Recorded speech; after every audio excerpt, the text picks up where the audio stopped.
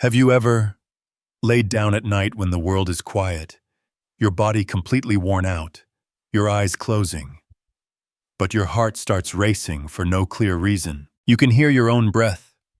You feel like something isn't quite right.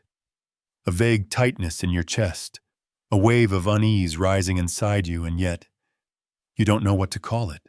I once met a woman named Elaine. She was 63. She told me she ate well, took her morning walks, and had nothing to worry about. But every time she was alone, her heart would pound, her palms would sweat, and a feeling of dread would wash over her, even though there was no specific reason. She visited cardiologists, digestive specialists, ran every test, and everything came back normal. Until one day in my office, she whispered, "Doctor, am I going crazy?" "No, you're not crazy. You're just living with a quiet companion, and its name is anxiety." There's something strange about anxiety. It doesn't need a specific reason to show up. It can sneak in on the calmest days. And if you don't understand it, you'll start blaming yourself. You'll think you're weak. You'll beat yourself up for not being okay. But you know what? Anxiety isn't weakness. It's the silent cry of a nervous system overwhelmed. It's a survival alarm going off, even when you don't see any fire.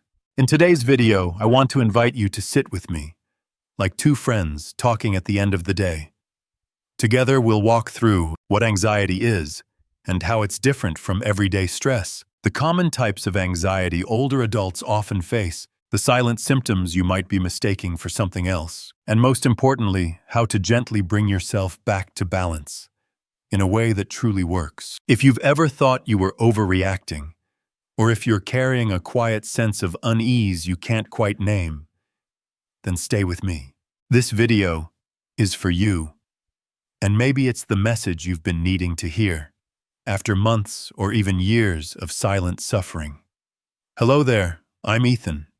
And today I want to invite you to listen with me to something that you might quietly need right now.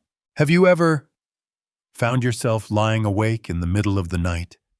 The room is quiet. Everything is turned off, but inside your chest, something just doesn't feel calm. Your heart is beating faster than usual. Your breathing is a little shallow, as if you've just climbed a few stairs, even though you're simply lying still. And your mind, it just won't stop racing. Did I forget something? Will tomorrow be okay? Why do I feel so uneasy? Some might call that stress. But if that feeling returns again and again, without any clear reason, without any specific event, then maybe you're not just stressed. Maybe you're living with anxiety, and you've never quite called it by its name. I remember once a woman in her early 60s came to see me. She looked exhausted. She had already gone through heart exams, digestive checkups, hormone labs, and everything came back normal. But every evening when she turned off the lights and laid down, her heart would pound, her hands would sweat, and her throat would dry up like she was bracing for something terrible, though nothing bad ever happened. She said, "I don't understand why I'm like this. Everything in my life is okay, but I don't feel at peace." I gently held her hand and said, "You're not alone, and there's nothing wrong with you. What you're feeling is something we call anxiety. Anxiety is a strange thing. It doesn't need a clear reason to show up. It doesn't need a siren, because it is the siren, a built-in alarm system in your brain designed to protect you from danger. But when that system goes faulty, when it no longer knows how to shut off, it rings even when you're just sitting quietly on a sunny afternoon. I used to think anxiety only happened to young people. Those trying to build a career, carry responsibilities, meet deadlines. But no, anxiety can visit anyone. And for people over 50, it has a way of creeping in more subtly. Hormonal changes, chronic insomnia, long-buried memories, the quiet weight of loneliness, and that lingering feeling that life is no longer fully within your control. So how do you know? If you're living with anxiety, you don't need a test result. You just need to listen. Really listen to what your body is trying to say through a pounding heart, a restless night, or a quiet knowing that something feels off, even if no one else sees it. I'm not here to label you or make you worry more. I just want you to know something deeply important. If you feel like you're no longer quite yourself, then maybe it's time to look inward and gently name what's been making you uneasy. In the next part, I'll help you understand something crucial. Anxiety isn't overreacting. It's a real medical condition, measurable, treatable, and yes, healable. And when we understand it for what it truly is, we can finally begin the journey back to something we all deserve: peace within ourselves. Are you ready? Let's keep going. Together. There's one thing I hear over and over again from patients over 50 who come into my clinic. They sit down, take a breath, and say, "Doctor, I think I'm just overreacting." And every single time I pause, I look them in the eye and I say, slowly, gently, "No, you're not overreacting. What you're feeling is real, and real feelings are never too much." I once worked with a 68-year-old man, a retired Marine, a man who had survived the battlefield, who had seen the worst of war. And yet, what confused him most wasn't the past. It was the fact that his heart would race every night, and even while mowing the lawn, he'd suddenly feel like something terrible was about to happen. He said, "I feel strange, weak even. I'm the kind of man who didn't flinch at the sound of gunfire, and now I'm breathing heavy because of a missed phone call. And I want you and him to know something simple but profound. Anxiety is not a sign of weakness. It's a neurological condition, and it's just as real and just as serious as high blood pressure or diabetes. Let me help you imagine something. In every human brain, there's an internal alarm system. When you're in danger, like facing a tiger or a speeding car, that system switches on, gets your heart pumping, your muscles tense, your reflexes ready. It's there to protect you. But for someone living with anxiety, that system, the switch is broken. It stays on, even when there's no threat. You could be lying in bed in a quiet room, but your body thinks you're back in a foxhole. So your heart pounds, your hands shake, your stomach tightens. Sleep disappears. Science calls this anxiety disorder. It can be measured, it can be diagnosed, and most importantly, it can be treated. Just like high blood pressure, you don't fix it with positive thinking. You need understanding, the right tools, and compassionate support. I know, in our culture, especially for those who grew up post-war, who carried families who were taught to be strong, admitting that something feels off inside can feel like shame. But listen to me. Courage isn't the absence of fear. Courage is choosing to face that fear and keep going anyway. If you're carrying a feeling inside that even you can't name, if you've ever told yourself, "Maybe I'm just being too sensitive," try looking at it another way. Maybe it's your brain speaking up, trying to protect you, clumsily maybe, but with the best intentions. And in the next part, I'll help you understand this. Anxiety doesn't wear just one face. It has many forms, quiet, subtle, sometimes disguised beneath routines we think are normal. Let's keep going together, so you can begin to recognize exactly what you're feeling, and finally start the healing you deserve. I once asked a 70-year-old man after he told me about his constant, unexplained worry, sleepless nights, shallow breathing, and difficulty concentrating. "Have you ever considered that you might be dealing with anxiety?" He gave a slight embarrassed smile and said, "Anxiety. I'm a retired police officer. I'm not the kind of guy who worries. I probably just need some rest and a little more time with my Bible." And you know what? I didn't blame him. Because society, we taught him that only weak people get anxious. Have you ever heard these lines? Stop overthinking. Be strong. You're just imagining things. Just take a walk and get some fresh air. It'll go away. Anxiety. Back in my day, no one had time to worry. I've heard them, more times than I can count. And the sad truth is, those words don't heal. They only make the one suffering feel more alone. I once worked with a 55-year-old mother.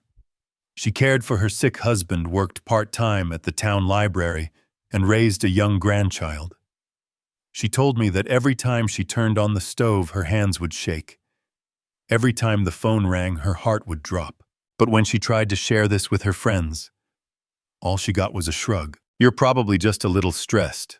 Don't overthink it. Here's what I want you to truly understand. Anxiety is not weakness. It's not a lack of faith, willpower, or positivity.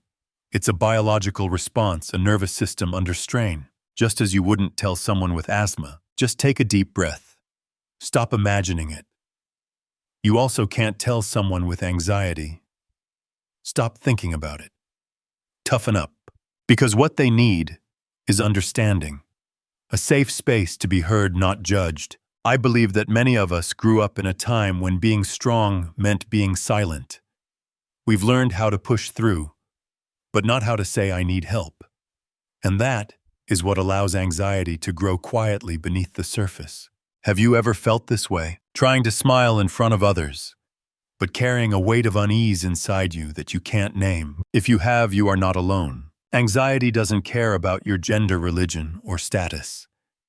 I've supported priests, teachers, veterans, even doctors, people you'd never imagine could be anxious, and yet they collapsed in silence. The truth is, no one is immune to emotion, and no one deserves to suffer in silence. In the next part, I'll walk with you into what's really going on inside the anxious brain. We won't talk about emotions in vague terms. I'll show you clearly what actually happens in the brain when we worry, tremble, and feel out of control. And once you understand that mechanism, you'll stop blaming yourself, because you'll realize anxiety is not your fault. It's a signal that's asking to be heard. Shall we continue? Together, I want you to imagine this. You're sitting quietly in your living room. Outside the window, the late afternoon sun is soft and still. Nothing in particular is happening. No loud noises, no bad news, no urgent calls. And yet, right in that moment, your heart begins to race. Your breath becomes shallow. Your throat dries up. And you feel like something terrible is about to happen, even though there's absolutely no sign of danger.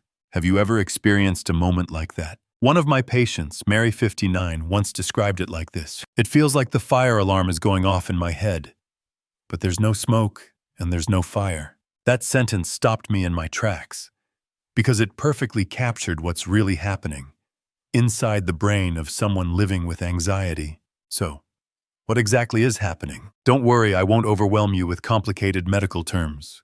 Just remember one small word that carries a very big role: amygdala. The amygdala is a small almond-shaped structure in your brain. It's your emotional alarm system, especially for fear. When you sense danger, like a snarling dog running toward you, the amygdala sounds the alarm. It sends signals throughout your body to prepare for a fight or flight response. But here's the problem. In people living with anxiety, the amygdala acts like there's a fire all day long. Even when the room is quiet, the air is calm, and there's no real threat around. It triggers the release of cortisol, the stress hormone, and adrenaline, the fight hormone. And the result? Your heart races, your blood pressure rises, your stomach tightens, and sleep becomes fragile, distant. All of this isn't because you're overthinking. It's because your brain is stuck in a constant false alarm state. I often tell my patients, anxiety is like being trapped in the ready position, but the starting gun never goes off.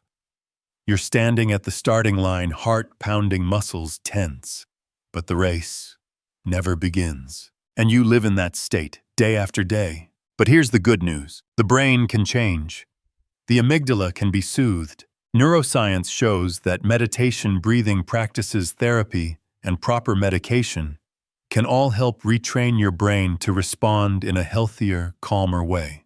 But first, you need to understand something. What you're feeling is real, and it has a very real biological root. When you know what's happening inside you, you stop blaming yourself. You stop asking, why am I like this? And instead you begin to ask, what do I need right now to help myself feel safe again? In the next part, I'll take you deeper into what happens when anxiety lingers for too long, and what can unfold if we ignore the warning signs of this inner alarm system. Not to scare you, but to help you understand, healing doesn't begin with pills or therapy. It begins with understanding and compassion for yourself. Let's keep going, together. I once asked a patient, if every day you heard a fire alarm blaring when there was no fire, what do you think would happen to you after a month? He gave a wry smile and replied, I think I'd lose my mind. And that is exactly what I want to talk to you about today. Anxiety, especially when it stretches on for months or even years, is not just a passing sense of unease.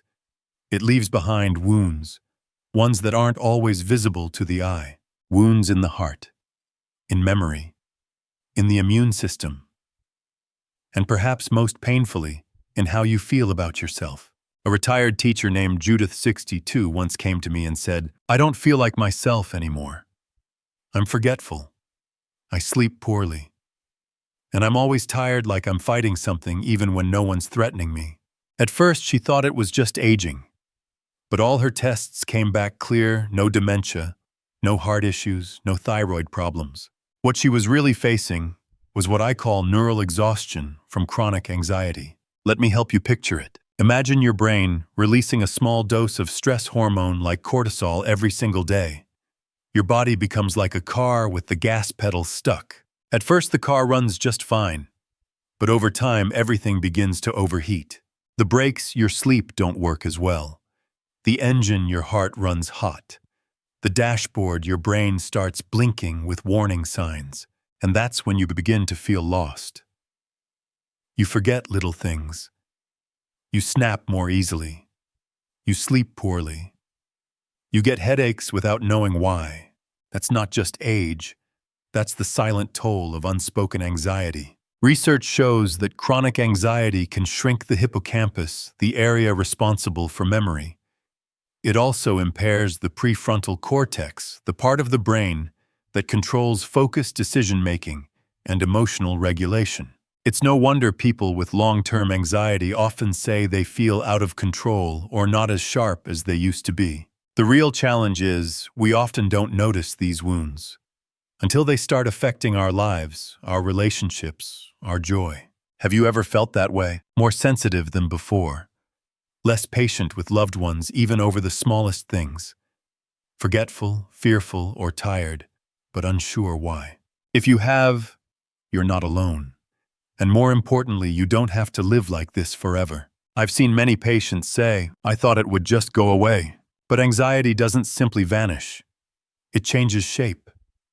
From racing heartbeats to sleepless nights. From silent worry to high blood pressure, stomach issues, or even depression.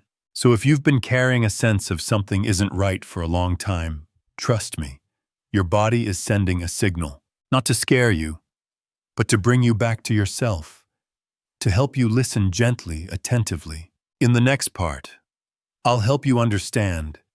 Anxiety doesn't wear just one face. It comes in many forms, some quiet, some intense, and not everyone expresses it the same way. We'll explore the different types of anxiety so you can begin to recognize what you might be experiencing, and more importantly, so you don't feel alone in your journey to healing. Shall we keep going? One autumn afternoon, I sat down with 3 patients in the same support group. All 3 were over 60. All 3 had been diagnosed with anxiety. But what always lingers in my mind is this: not a single one of them was alike. Susan, a retired school teacher, said she often felt anxious even when nothing was happening. She could be making tea, tidying her bed, or reading a book. And suddenly, a vague wave of unease would wash over her like a cold breeze from nowhere. She said, I don't know what I'm worried about, just that my heart starts racing and I can't feel at ease. Next to her sat Harold, a former engineer. He felt completely fine until he had to take an elevator, or get on a plane, or even just enter a crowded conference room. Each time he would feel short of breath, his hands would go cold, his vision would blur as if he were trapped in a small locked box. The third was Linda, 65 years old, who had lost a loved one in a tragic accident. Since then, whenever her son traveled or someone in the family had even a minor illness, her mind would instantly leap to the worst-case scenario. I Google symptoms, read about cancer strokes, and then I can't sleep at all. She wasn't just worried, she was convinced something terrible was about to happen. You see, anxiety doesn't wear a single outfit. It has many forms, many voices, and many ways of weaving itself into each person's life. Some people live with generalized anxiety, like a background hum from a radio that never shuts off. It's not loud, but it's always there. Others experience panic attacks, sudden like a bolt of lightning from a clear sky. Some have specific phobias of crowds, heights, closed spaces. And others live with health anxiety, certain they have a serious illness, even when every test comes back normal. Here's what matters. No one is too strange or too different. We just have different ways our brains express fear. I want you to remember this. You don't need to compare yourself to others to prove you have anxiety. You only need to be honest with yourself. Do I feel unsettled? Am I living in a state where my mind never truly rests? If the answer is yes, even if you're not fainting or screaming or shaking, you still deserve to be heard. And you deserve support. In the next part, I'll talk about the signals your body sends, because sometimes the body reveals anxiety more clearly than emotions ever can. You'll see that. Those nagging aches, restless nights, or unexplained fatigue might just be quiet knocks from within. And if we listen long enough, we learn how to gently open that door. No rush, no pressure, just slowly and fully human. I want you to imagine a morning like this. You wake up after a restless night. Your back still aches, your stomach feels uneasy, and your whole body is sore, as if you'd just run a marathon, even though all you did yesterday was shuffle around the house. You glance at the clock. It's only 6 a.m., but it already feels like you've lived through an entire day. You sigh. Another morning. There's nothing specifically wrong, but everything in your body just feels off. Have you ever felt that way? A 67-year-old patient of mine, his name is Rick, once said something I'll never forget. Doctor, people keep telling me anxiety is just in my head, but my stomach really hurts. I really can't breathe. No one understands that my worry. It lives in every joint, every heartbeat, every breath I take in the morning. And I looked him in the eye and replied, "You're right. Anxiety isn't just in the mind, it lives in the body." You see, many people think anxiety is abstract, just a mental state you can brush off if you try hard enough. But the truth is different. When your body perceives danger, whether real or imagined, your nervous system reacts. Your heart races. Your muscles tense. Your digestion slows or stops. Your breathing becomes short and shallow.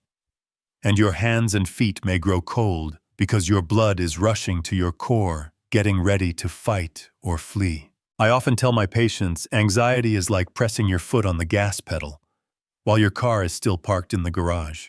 Your body tenses up day after day, but has nowhere to release it. That's why many people with chronic anxiety experience very real physical symptoms: muscle pain with no clear cause, persistent insomnia, digestive issues from bloating and constipation, to irritable bowel syndrome or vague chest discomfort, even though their heart is perfectly healthy. I know for many, especially those over 50, it's hard to accept that emotions can affect the body.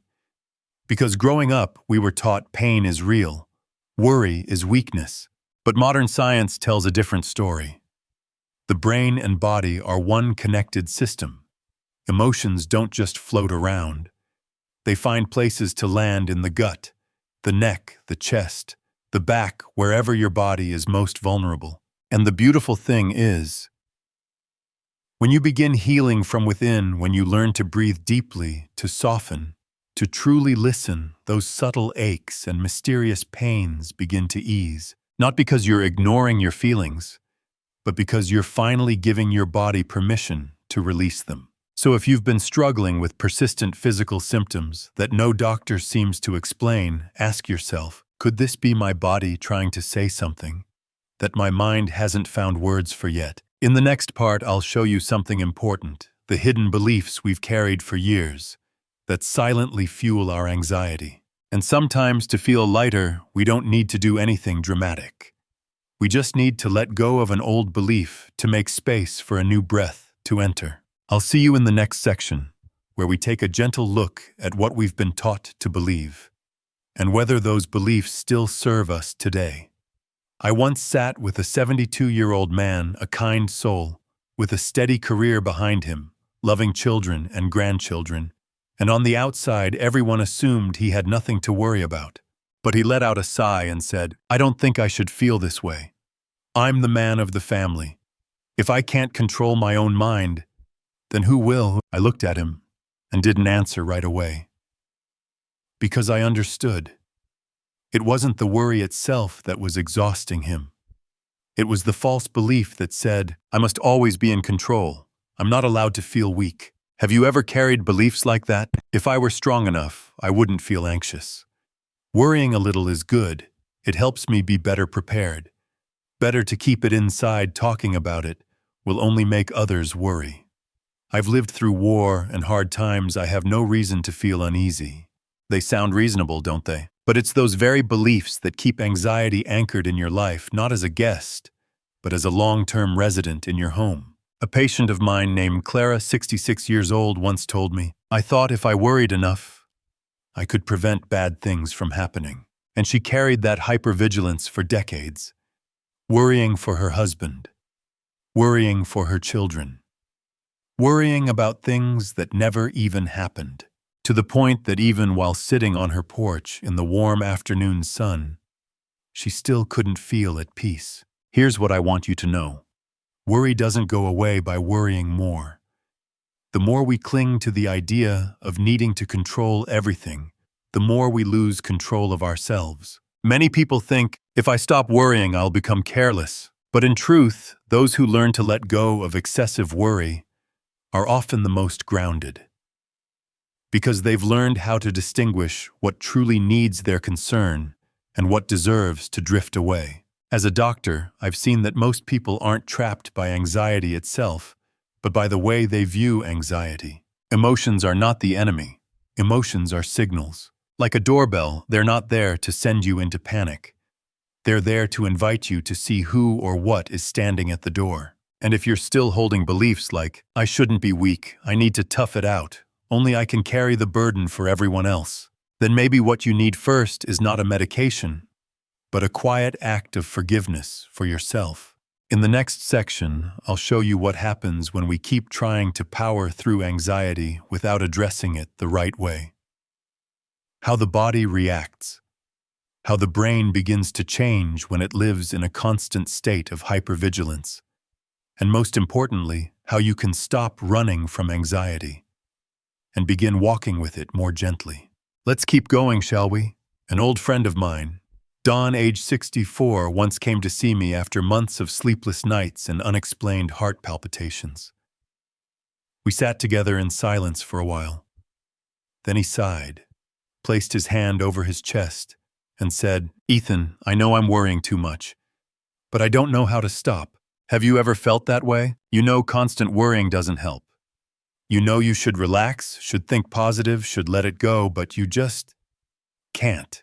The harder you try to think differently, the deeper you find yourself tangled in webs of thought. And then you blame yourself. You start to believe there's something wrong with you, that you're too weak, too sensitive, too messy inside. But today, I want to tell you something clearly. If you can't stop worrying, it doesn't mean you've failed. It simply means your brain is doing the exact job it was programmed to do: keep you safe. You see, from our earliest ancestors, the human brain learned to stay alert in order to survive. A tiny sound in the bushes might mean a predator. A strange glance from a stranger might be a sign of danger. And to protect you, your brain was trained to assume the worst might happen before it actually did. Today, we no longer face wild animals, but the brain still operates under that same ancient system. The only difference is now the tiger might be an unpaid bill, a strange phone call, a gentle rejection from someone you love, or simply the uncertainty of tomorrow. I once told a patient, "Your anxiety is not your fault. It's an outdated operating system, one that hasn't been updated. And just like a smartphone without a software update, it slows down, crashes, and leaves you feeling powerless. So if you can't seem to turn off your anxiety, it's not because you're lacking, it's because your system needs a reset. The more you try to push anxiety away, the more tightly it clings. The more you force yourself to stay positive, the more like a failure you feel when your mind continues to spin. And that creates a vicious cycle, one where you feel anxious, and then ashamed for feeling anxious. So maybe the first step isn't to think differently. Maybe it's to sit beside that worry and simply say, "I see you. I understand why you're here." You might be surprised to find that just that tiny moment of acknowledgement, just a little tenderness toward yourself, can open the door for peace to quietly return. In the next part, I'll share how to know when it's time to seek professional help and what kind of support might be the right fit for you. Because anxiety isn't something you have to battle alone. It can be healed not by bracing harder, but by having the right kind of help at the right time. And if you've stayed with me this far, then maybe what you need right now isn't advice, but a hand that truly understands. Let's keep going together. There's something I often hear from older adults when they talk about their unease. They say things like, "I think I can still handle it. Maybe I just need a little more sleep. I don't want to bother anyone. People have more important things to deal with." And I understand that. We grew up in a time when enduring silently was considered a virtue. But sometimes, the cost of silence is far greater than anyone imagines. I'll never forget the case of Larry, 69 years old, a retired carpenter. For over a year, he lived with shortness of breath, a racing heart, and a persistent sense that something terrible was about to happen. He didn't tell anyone. He just started avoiding friends, sleeping less, and telling himself, "This will pass." Until one day, he fainted while standing in line at the grocery store. When he woke up in the ER, all his cardiac tests were normal. Eventually, he was diagnosed with severe, untreated anxiety. Have you ever felt something like that? Your body speaks up, but you brush it aside. You tell yourself you're fine, just a little tired, a bit stressed.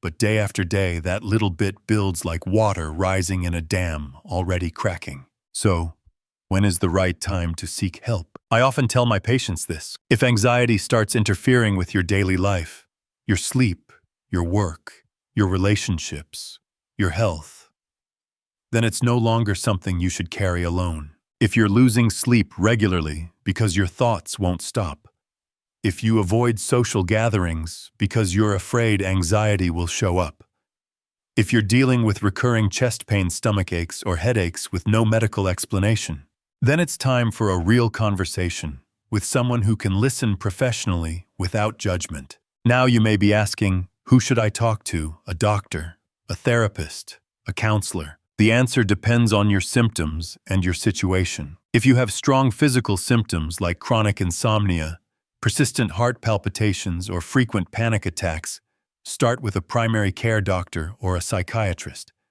They can rule out other medical causes and suggest medication if needed. If you want to explore the emotional roots, your thought patterns, habits, or past traumas, a clinical psychologist or therapist can be the ideal companion. Often the most effective approach combines both medication and therapy working together. I know, for many people, especially from older generations, the idea of seeing a psychiatrist or psychologist still feels difficult to talk about. But my friend, taking care of your mental health is just as important as taking care of your physical health. The brain is an organ just like the heart or the lungs, and it deserves healing and support just like every other part of you. If you're still unsure, I want you to remember this. When you break a bone, you get a cast. When you have high blood pressure, you take medication. So when your mind feels fractured, you deserve care too. Not because you're weak, but because you're human, and anyone who is alive deserves support. In the next section, I'll share with you a few simple techniques you can start using at home to gently calm your nervous system without any special equipment. All you'll need is a quiet place to sit, a deep breath, and a little bit of kindness for yourself. Let's begin right there together.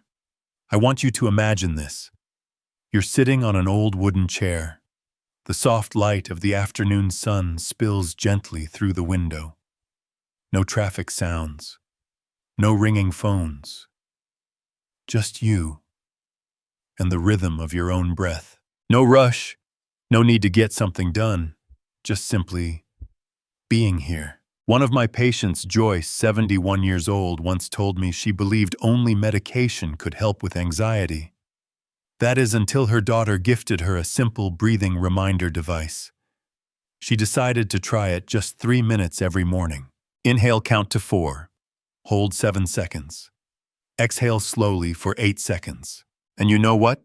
After 2 weeks, she returned to my office and said, "For the first time in years, I could fall asleep without a single pill." Now don't get me wrong, I believe in modern medicine. I prescribe it when needed. But I also believe this: the human body was designed with its own healing systems, if only we know how to activate them. And one of the most powerful doorways into our nervous system is the breath. Did you know that just a few minutes of intentional breathing each day can shift your nervous system from fight or flight into rest and restore mode? This isn't metaphor. Neuroscientists call it activating the parasympathetic nervous system, the part responsible for digestion, relaxation, and healing. When you breathe in deeply and exhale longer than you inhale, you send a message to your brain: I'm safe. I don't need to brace anymore. Another technique I often share, especially with older adults, is the 5-4-3-2-1 grounding method. No devices needed. No special training. Just a moment of pause, especially when anxiety begins to rise. 5 things you can see around you. 4 things you can touch. 3 things you can hear. 2 things you can smell. 1 thing you're grateful for right now. I once taught this to a veteran who was having a panic episode during a crowded public ceremony. And this tiny practice kept him grounded, kept him here instead of being swept away by painful memories. Now I know some people will say, can breathing alone really help? I understand that skepticism, but I've also witnessed people who hadn't slept through the night in 10 years find rest again simply by practicing 10 minutes of breath meditation each evening. It's not overnight, but it works when done with patience. You don't need something grand to begin healing. You don't need a mountain retreat or a 10-week course. You just need to sit with yourself and breathe. Because sometimes what the body needs most is not another explanation, but gentle, consistent, non-judgmental presence. In the next section, I'll take you deeper into your everyday lifestyle and how seemingly harmless habits like morning coffee, news updates, or the blue light from your phone may be secretly reactivating your anxiety. And from there, we'll begin learning how to live again without always bracing for the worst. I'll see you in the next part. One morning I walked into the clinic and saw Caroline, 65 years old, sitting quietly outside my office. I knew she had arrived early for her appointment, like she always did. And when I gently asked, "How are you today?" she smiled a little wearily. "I don't know anymore, doctor. I'm doing everything you told me. I breathe. I journal. I take a gentle walk every afternoon. But at night my heart still races, my mind is tense, and I can't sleep." We reviewed her daily routine together. And within minutes I noticed something that many people, especially those over 50, often overlook. Our lifestyle can be medicine, or it can be a silent trigger that fuels anxiety. I want you to imagine this familiar scenario. You start your morning with a strong cup of coffee. With your first sip, you turn on the TV and the news flashes images of disasters, conflict, and illness. Your heart rate picks up, not dramatically, but just enough for your body to register. Something here isn't safe. You don't notice it. You reach for your phone, scroll through headlines, check your work emails, reply to a few family texts, and before 9 a.m. your nervous system is already on high alert. One of my patients, Richard, age 70, was genuinely surprised when I suggested 2 small changes: set his coffee to half a cup in the morning and stop watching the news after 8 p.m. "That's it, Will. That really helped, doctor," he asked. But a week later, he returned, eyes a little brighter, and said with a breath of relief, "I still worry, but it doesn't sit on my chest like it used to. You see, caffeine isn't the enemy. The news isn't to blame. But if you've spent a lifetime holding responsibilities, juggling pressure, and staying constantly plugged in, then, at a certain age, your nervous system begins to need more selectivity. I often tell my patients, you don't have to eliminate everything. But you do have to ask, is this nourishing me or is it silently triggering my anxiety? A gentle piece of music in the morning, instead of a blaring alarm. A glass of warm water before your coffee. 10 minutes of silence before unlocking your phone. The little things are where peace begins. Science has shown blue light from phones before bed can suppress melatonin, the hormone that helps you sleep. Caffeine can stay in the body for up to 8 hours. And in older adults, the liver metabolizes it more slowly, making its effects last longer. Constant exposure to negative information increases activity in the amygdala, the brain's alarm center. All of these small waves combine, crashing against your shores, leaving you with restless sleep, shallow breaths, and a sense of unease you can't quite name. So I want to ask you, is your current lifestyle soothing you or quietly exhausting you? You don't need to change everything.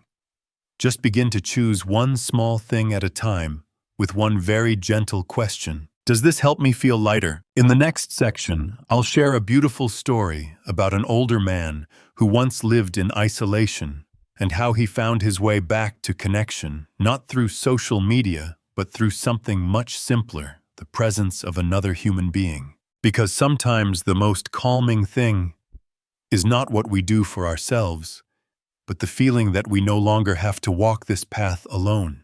Are you still with me? Let's keep going.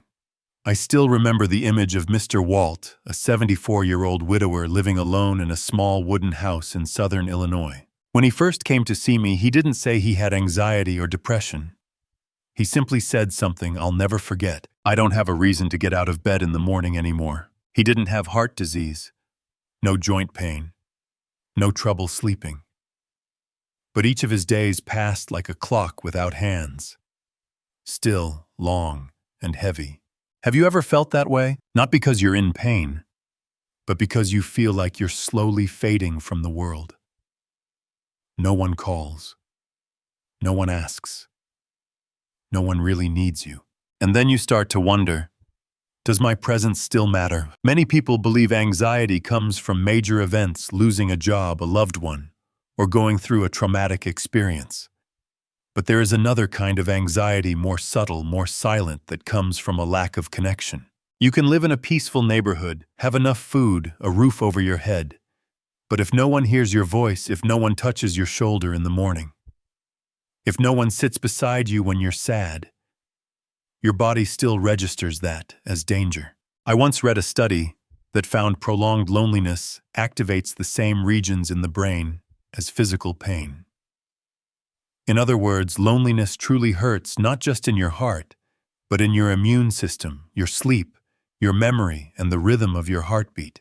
One patient once told me, "I don't remember the last time someone hugged me," and that made me realize there are people who've lived for decades without ever truly feeling someone's presence, not to say much, just to be there. So if you're feeling anxious, ask yourself, when was the last time I had an honest conversation with someone? Do I have anyone I can call, not to ask for help, but just to chat about nothing? Do I have someone I can sit in silence with and still feel at peace? What I love about older Americans is your independence. But sometimes that very independence makes us forget humans weren't built to go through life alone. You don't need a crowd. You just need a few real connections, close enough, strong enough to remind you, I still belong to something greater than myself. I once encouraged Mr. Walt to join a local Tai Chi class at the park, not for the exercise, but so he could see people again, hear laughter again, feel the rhythm of life that he had unknowingly drifted away from. 3 months later, he came back. And for the first time, he wasn't wearing gray. He wore a soft blue sweater. I asked him why. He smiled. A lady in the class told me this color looked good on me. Just one comment, one small gesture of care reawakened in him something deeply human, the feeling of being seen and still being valuable. In the next section, I'll share stories of public figures who have faced anxiety and how they found their strength again, not through the spotlight, but through simple, everyday habits. Because when you realize that even the most successful people have struggled too, you'll stop blaming yourself for feeling tired, and you'll begin to learn how to rise again in your own way. Shall we keep going? One afternoon, I received a message from a former patient. Her name was Marion, 68 years old. We hadn't seen each other in nearly a year. The message was just a few short lines. Dr. Ethan, I still feel anxious from time to time, but this time, I don't blame myself anymore. I read that sentence over and over, not because it said something new, but because it said something that so many people need to hear. You are not broken. You are not wrong. You just need to be heard in a truly kind way. I've worked with many patients, over 50 people who've carried decades of responsibilities, burdens, and sacrifices. And the one thing I've seen most clearly in them isn't weakness. It's long-held silence, a silence so deep that they forget what it feels like to be asked, "Are you really okay?" Not as a formality, but to genuinely listen.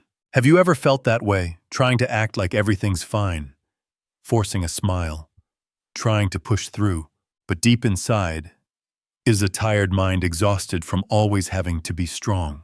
A 71-year-old male patient once told me after our first session, "No one in my life has ever asked what I think or how I feel. They just needed me to do the work, be the provider, be the man who never breaks." He didn't need medication, at least not at first. What he needed most was a space where no one rushed him to get better quickly. I want you to understand something clearly. Anxiety is not a system failure. It is a voice within you waiting to be heard. Your brain is not broken.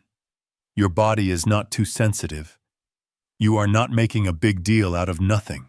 You're just a human, living in a world that teaches us to hide our feelings, but never teaches us how to process them. When I tell a patient, "You don't have to be strong in front of me," I often see them exhale deeply for the first time, and I think, sometimes the beginning of healing is simply having a safe space to be your unfiltered self. So if you've ever felt like something was wrong with you, because you felt too emotional, or because you couldn't seem to stay in control, please remember this: you are not wrong.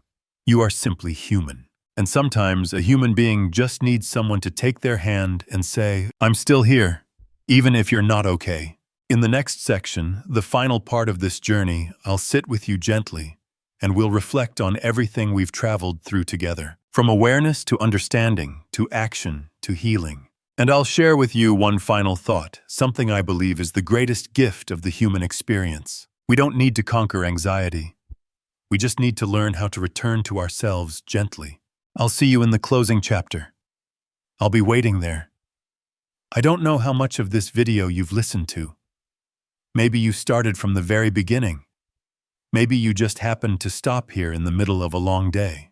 But wherever you came from and whatever you've been through, I want you to hear this as if I were sitting right in front of you, gently placing a hand on your shoulder and saying it slowly. You don't have to suffer in silence. I've met men in their 70s who spent a lifetime carrying heavy loads. Yet when they sat in my office, they couldn't even name their own emotions. I've listened to women who had spent decades caring for their families, their communities, whisper through tears, "I'm afraid to tell anyone. I don't want them to think I'm weak." And I always give them the same answer. You're not weak. You've just spent so long putting others first that you've forgotten you too deserve to be held. Have you ever felt that way? Pretending to be fine just so you wouldn't burden anyone. Hiding your worries because you thought it's not serious enough to talk about. Staying silent because you fear judgment, or worse, being ignored. If so, I'm here to say what you haven't yet been able to say. You have the right to hurt. You have the right to speak. And you have the right to heal without having to prove you're worthy of it. One of my patients, his name was George, once told me, "I don't want to be a burden on anyone." And I looked at him, smiled, and asked, What if someone you love said that to you? How would it make you feel? He went quiet, and he understood. We don't become a burden simply because we need to be heard. We only become a true burden when we stay silent in our pain and never give others the chance to love us fully. I know admitting that you need help, especially after a lifetime of getting through it alone, isn't easy, but I believe it's the very first sign of courage. Courage isn't the absence of pain. It's the choice to look at that pain and keep walking anyway. And if you've made it this far, if you've stayed with me through these long reflections, maybe, just maybe there's a quiet voice inside you whispering, "I'm ready. I don't want to keep fighting. I just want to be myself, gently, peacefully, and no longer alone." So start with the smallest step. A conversation, a doctor's appointment, an email to an old friend. A deep breath and a gentle reminder to yourself, I deserve care. I deserve to live fully. You are not broken. You are not too late. And you are never, ever alone. If this video touched you, please share it with someone who might also be silently struggling. Maybe this is the message they've been waiting years to hear. And if you'd like to keep walking this healing journey with me through videos on wellness, emotional care, and returning home to yourself, hit that subscribe button. Here I won't promise to take away your anxiety overnight, but I can walk with you step by step in a way that is human, honest, and gentle. See you again in a new video, or maybe simply in a deeper, softer, more peaceful breath tomorrow.